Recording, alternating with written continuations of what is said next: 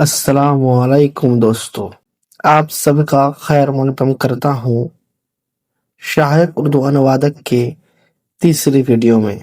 آج کے اس ویڈیو میں ہم کلمہ کے بارے میں پڑھیں گے۔ کلمہ کو انگریزی میں ورڈ کہا جاتا ہے۔ چند حروف کے ملنے سے لفظ بنتا ہے۔ لفظ بامعنی بھی ہو سکتا ہے اور بے معنی بھی۔ بامعنی کا معنی ہوتا ہے معنی کے ساتھ اور بے معنی کا معنی ہوتا ہے معنی رہت، یعنی جس کا میننگ ہوتا ہے اسے بامعنی اور جس کا کوئی میننگ نہیں ہوتا ہے اسے بے معنی کہا جاتا ہے۔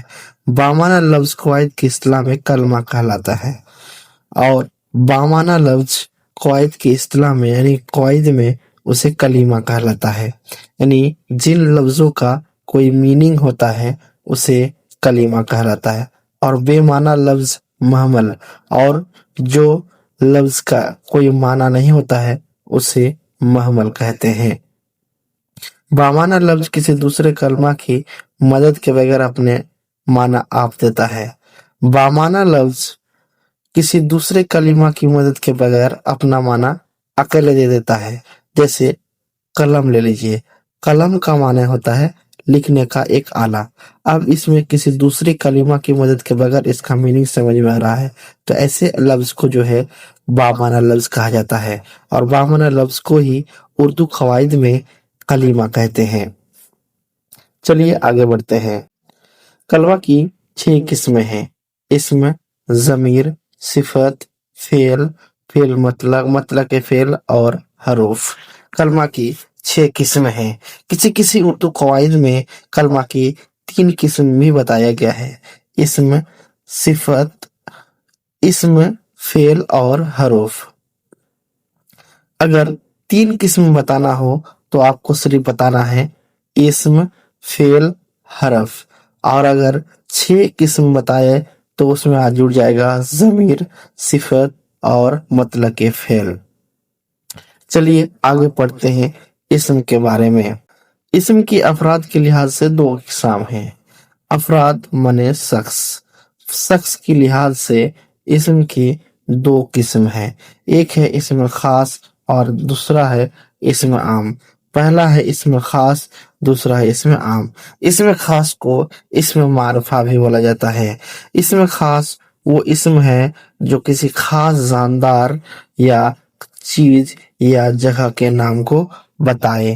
مثلا پٹنہ ایک خاص نام یا خاص جگہ کا نام ہے، اس لیے اسے اسم خاص کہا جاتا ہے۔ اسم عام کسی بھی وستو کا، کسی بھی چیز کا، کسی شخص کے عام نام کو اسم عام کہا جاتا ہے۔ اب یہاں اسم کا جو ہے ڈیفینیشن دیا گیا ہے۔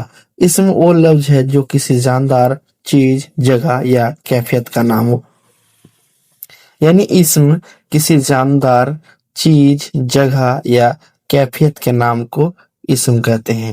مثلا انسان، درخت، شہر، ہمدردی، یہ سارے اسم ہیں۔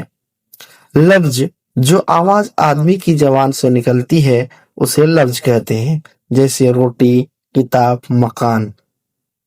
یعنی انسان کے منہ سے جو بھی آواز نکلتی ہے اسے کیا کہتے ہیں؟ لفظ کہتے ہیں۔ جیسے روٹی ہو گیا، کتاب ہو گیا، مکان ہو گیا۔ لفظ کی 2 قسمیں بتائی گئی ہے۔ لفظ کی 2 قسمیں بتائی گئی ہے: ایک موضوع جسے کلمہ بھی کہتے ہیں، دوسرا محمل جس کا کوئی میننگ نہیں ہوتا ہے، یعنی جن لفظوں کا میننگ ہوتا ہے اسے موضوع کہتے ہیں، اور جن لفظوں کا کوئی میننگ نہیں ہوتا ہے اسے محمل کہتے ہیں۔ لفظ موضوع کیا ہے؟ وہ لفظ جس کے کچھ معنی ہوں، جیسے قلم، کتاب وغیرہ۔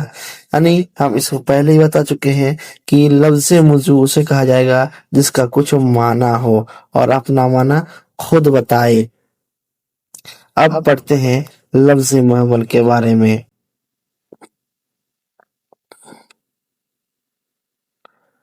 لفظ محمل وہ لفظ ہے جس کے معنی نہ ہو، جیسے روٹی، کتاب وغیرہ، یعنی یہ خوبصورتی کے لیے استعمال ہوتے ہیں، اس کا کوئی میننگ نہیں ہوتا ہے، اسے لفظ محمل کہتے ہیں۔